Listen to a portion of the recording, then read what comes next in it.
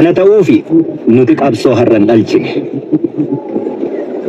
Dhufnee buna kana keessatti buna abbaa keenyaa buna qabeenya Oromoo ta'ee dachee Oromiyaa magariisotaa fi lalisoo badhaadhuu kana keessatti qabsoo bilisummaa Oromoo waggaa isaanii akka nuuf kennan ajajaa olaanaa ABO Jaarraa isaan waliin naannoo gaarii yaadachuu argachuun keenya inni kun carraa guddaa warra carraa guddaa qabnu jechuu nuti. Kana ta'uuf garuu ofii keenyaan tolchine har'a. Yeroo baay'ee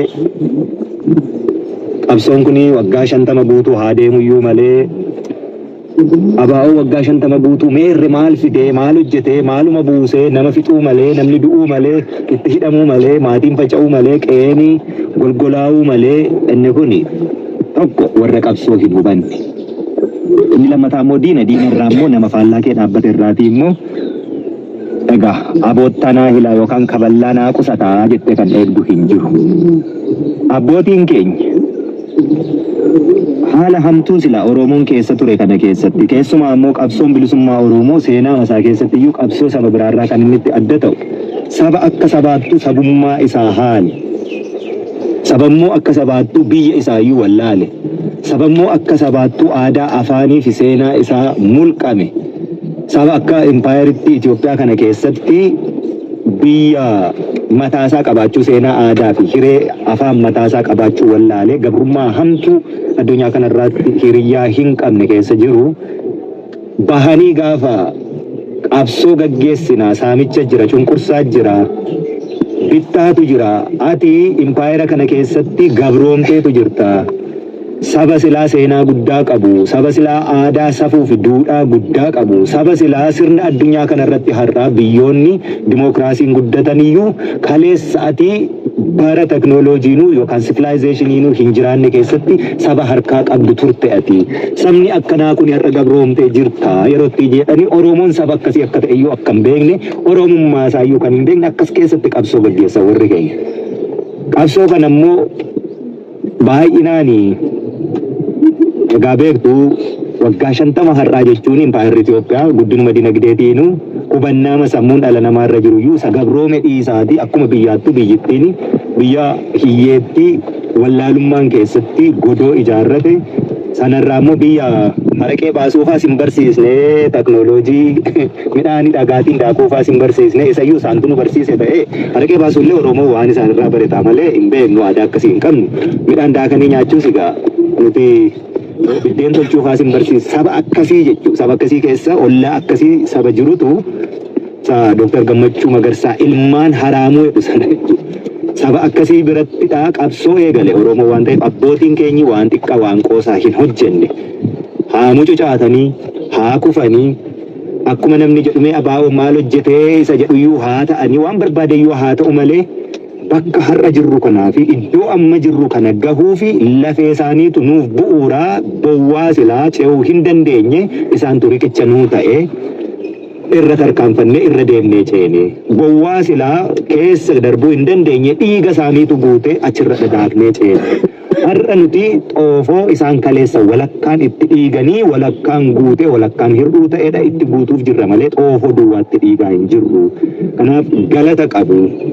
Warri wareegames warri immoo haalli itti hammaatte galmaan ga'us dadhabee baay'ee saba kunoo gaasa nama kaase kanaa rakkoo hedduu keessa jiru gabrummaa garmalee daangaa hin qabne addunyaa kanarratti hiriyyaa hin qabne keessa ture. Saba akkasii keessaa bahanii akka bishingaa qobaa daftee daraartee daftee midhaan godhattee simbirri nyaatee sanaatti nyaatamaniitu kan isaan qabsoo gaggeessa waan ta'eef warri kun galmas haa gahuu fi galmas hin gaheenii fi dhiiganiiru umurii isaaniitti gubaniiru maatiitti dhabaniiru jiruuf jireenya itti dhabaniiru godaananiiru hidhamaniiru waan baay'ee ta'aniiru. Nuti ijoolleen qabsoo isaanirraa dhaallee kaleessa dhaadannoo isaan dhaadatanii gabrummaa hundeen yookaan hiddaan buqqifna ta'uu baate immoo ilmaan itti guddisna jedhanii tarsiimoo isaan qabatanii ka'an turan. Yeroo sanatti hundeen buqqisuun hangam akka ulfaatu seenaarraas imma beeknaa jechuudha. Haalli yeroo sana ture. Hundeen buqqisuu yoo dadhabne immoo ilmaan itti guddisnaa jedhan. Ilmaan isaan guddisanii har'aan nuyi. Ilmaan isaan guddisan kun immoo haalli isaanitti hammaattee haala becenceera adda addaa keessa seenanii ilmaan kun ilmaan keenya ishee kaleessattiin dhaadataa turredha jechuu baatamee rakkooleen xixiqqoon tokko haa jiraattu. Sun immoo saba hamma kana ga'u dhiisaati. Maatiitu jira, maatii guddaa tokko, maatiin ijoollee shanjaa qabu tokko, ijoolleen isaa wal qixan guddattuufi jechuudha. Kaa firuu gadameessa haadha tokko keessaa baatee abbaa tokko irraatii dhalatteeyyuu wal qixa namaa hin guddattu. Kanaaf saba guddaa kana keessatti hundumti isaa bo'oo tokko keessaa akka bishaanii yaa'ee walii gala jechuun hin danda'amu. Kuni biyya bilisoomte keessatti nagaa walqixxummaa dimookiraasii bilisummaan jiru keessatti iyyuu ta'uu hin danda'u jechuudha. Dhala namaatii nama fooniiti waan baay'ee fedhii baay'ee yaada baay'ee qabaa jechuudha. Kuni rakkoo laafina Oromoon qabu akka sabni kamiyyuu qabutti ilaalamarraa kan hafe rakkoo abaarsaa wayii goone ilaaluu hin qabnu. Kanaaf nuti bu'aa isaaniiti. Kaleessa dheengaddaa yeroo isaan mucucaatanii yeroo isaan kufanii nu kuffisanii dallannee aarree irreen baanee waa cabsuu irratti hojjenne akkas ta'ummoo qaba ture. Yoo akkas hin taane immoo gara laafettiin durbaa obboleessaaf ulfoofti. Gara laafetti haa taatu iyyuu malee obboleettiin obboleessaaf ulfaa'uun egaa iddoo biraa haa jiraatu hin beeku. Oromoo keessatti safu ni hooddatama ni seerrata. Cabanaa jechuu sun. Kanaaf akkas hin taanu. Kanaafi dubbanne, kanaafi anaannanne, kanaafi irree argisiisne jechuudha. Sirna qabsiifachuu qabna waan ta'eef. Maal jennaan akeekaa fi kaayyoon adda bilisummaa Oromoo har'as jala jirru kaleessas nu leenjisanii itti nu hiriirsanii akkatti katabame dhiigaan akkatti utubame lafeen akkatti tikfame lubbuun jira waan ta'eef akeekaaf kaayyoo sanatti galma hin geenye. Alaabaa silaa moggaa lamaan diimtuu gidduu magariisaa egaa garaachi aduu handhuurri ishee odaa gubbaarraanii diimtuu urjii qarashanii suni akka akeekaa fi kaayyoo ABO'n Oromoof qabu sanatti Oromiyaa keessatti gadi hin dhaabbanne. Sirni cunqursaa gita bittaa impaayiritti keessatti fedhii impaayiritti kaleessa irratti ijaaramtee tiksaa jiru bakkaa ka'ee sirna Oromoon barbaadu aadaa, duudhaa, seenaa fi hiree Oromoo calaqqisiisu inni kaleessa lafee fi dhiigni lubbuun kumni kitilitti kitimamee suni bakka gahee sirni haaraan inni cunqursaa bakkaa kaasee tokkummaa, walqixxummaa, bilisummaa fi dimookiraasii nagaa waaraatti amanu bakka hin geenye. Kun ni mul'ata jechuudha. Kanaaf afaan faajjii jijjiirama fakkaattu yeroo xiqqoo qofaa fi uummanni keenya bitamuu malee tokkummaa fi walqixxummaa akka sabaatti impaayiritti keessatti hin jiraanne dhiitamuu malee nagaan bahee galuu hin beekne uummata gabbaree buluu malee hansaa irratti ajajee abboomee hin bulle uummata akkasii kana gabrummaan garmalee ittiin taphachuurraa barnoota hiree dhabuurraa shirri bara dheeraa Oromoo fi Oromummaa Oromiyaa aadaasaa seenaasaa afaansaa balleessuuf itti duulame hedduuni Oromoo akka Oromootti ititee akka sabaatti saba tokko ta'ee biyya tokkoon qabadhee waliin jiraachuurraa kutaa ganda amantii wal waamaa ture kana keessatti yeroo gabaabaa tokko keessatti kaateetu kaleessa sirba warraaqsa kan namni hedduun sirbee ittiin ajjeefame namni hedduun immoo sirba sana dhaggeeffatee ittiin hidhame alaabaa akka kanaatti har'a fannisne osoo hin taane callee isaallee yookaan immoo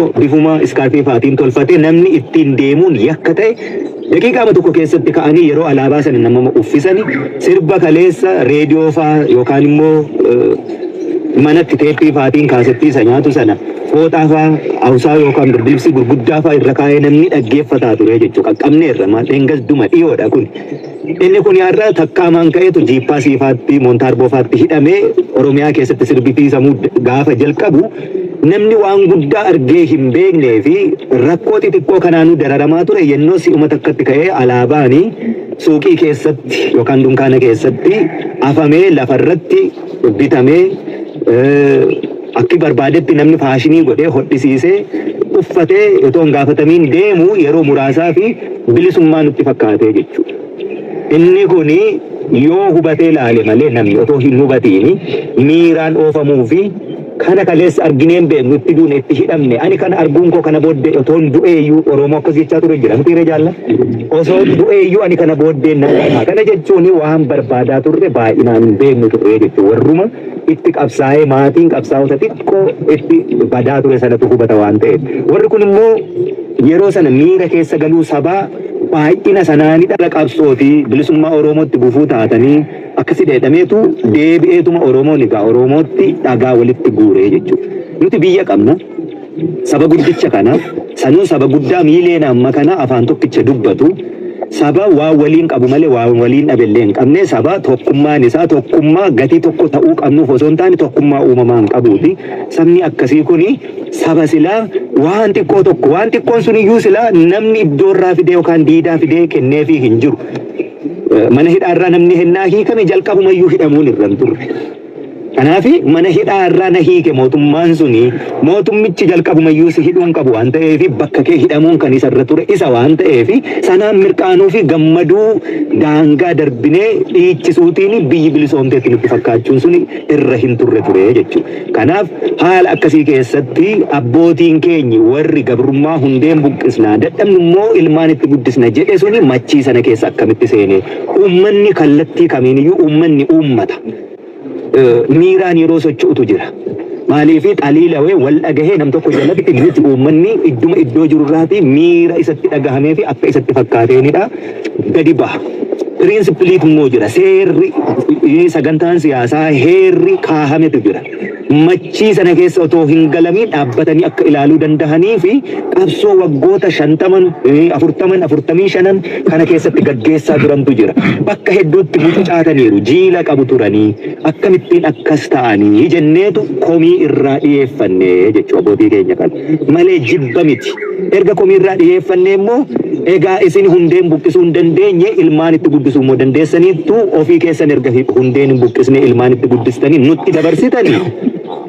Barri keessa jirruyyuu umurii keessa waliin hin deemu. Haalli ammatti jirumuyyuu Oromiyaa isin waggaa 20-30 irraa fagaattan kana diinni akkamittiin qabee ture. Ilmaan Oromoo biyya keessa jiraniyyuu hubannaa ilmaan Oromootu seetaappii sammuu ilmaan Oromootu konsheesnesiin Oromoo Oromummaaniyyuu akkamittiin akka jiru irraa fagaattanii turtan waan ta'eef nurraa callisaa nuu taa'a.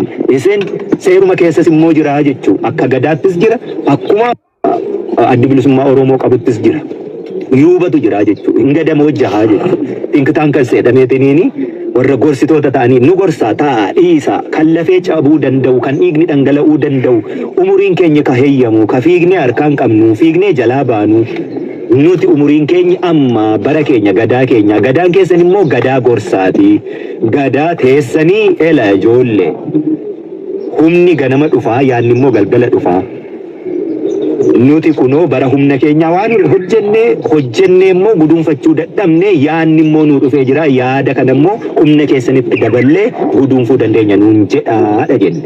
Namni hedduun egaa gabrummaa keessa turre beektu gabrummaa turame kana baay'ee dheeraadha gabrummaan kun. Gaafa cabiinsa walloo tokko jedhamee cabirraa kaasee hanga har'aatti egaa waggaa 150 jennu kana qaqqabeera. Oromoon cabiinsa walloo duras mootota habashootaa waliin baay'ee ol lolaa ture jechuudha.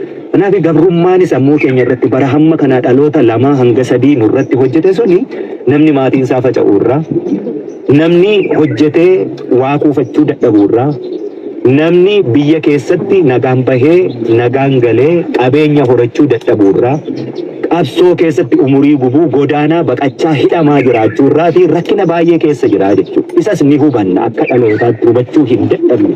Inni kun immoo qabsoo keessa turtanii qabsootu sanas hin godhee qabsootu har'a dhabduus hin godhee qabsootu har'a akka waa hin guduunfannes hin godhee jireenya keessan golgoleesse. Kanaaf immoo daa'imni nuti har'a jirru kuni ilmaan sin dhalchitan kuni dhaloonni dirreerra jirru kuni hiree isin qabdanii fi kaleessa dhabdanii har'a immoo ittiin jiraachuu dadhabdanii gabrummaa keessatti too qabdanii haati dhiiraa deessuu taate itoo deessee jirtu immoo maseentuu taate dachee Oromiyaa taadhii magariisa badhaatu akkasii kanarratti immoo Oromoon silaa dilbii safaruu danda'u gumbiinsaa qullaa ta'e kuni rakkoo qabaa jechuudha. Waa barbaada.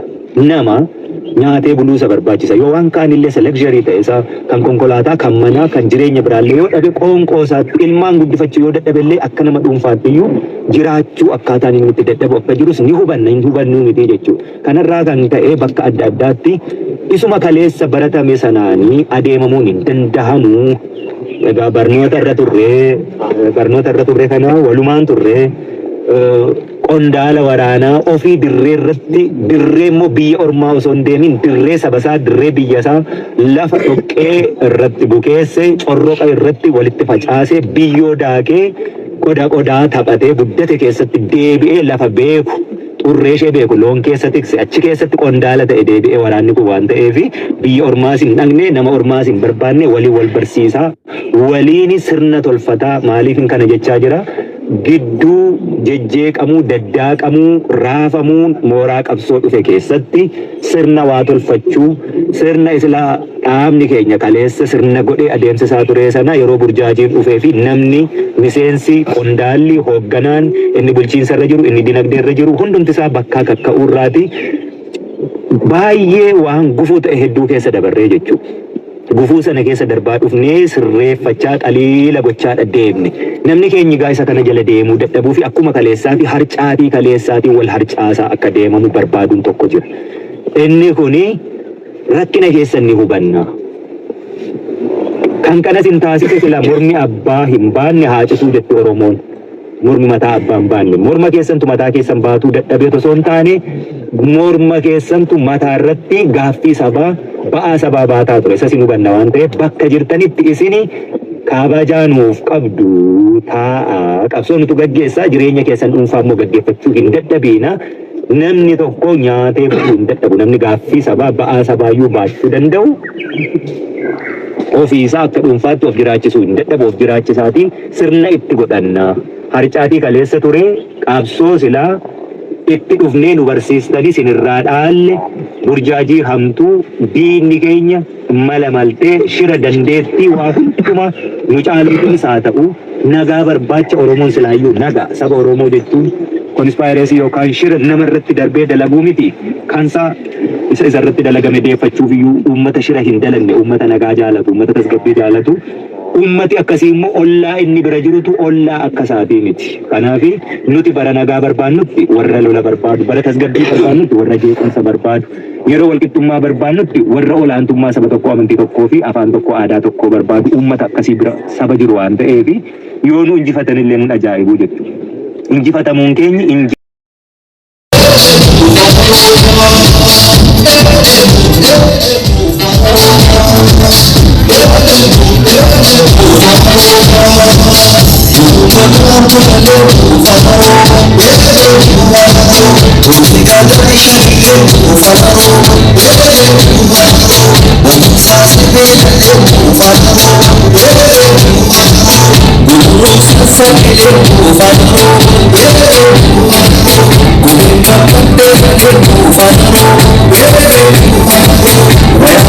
We're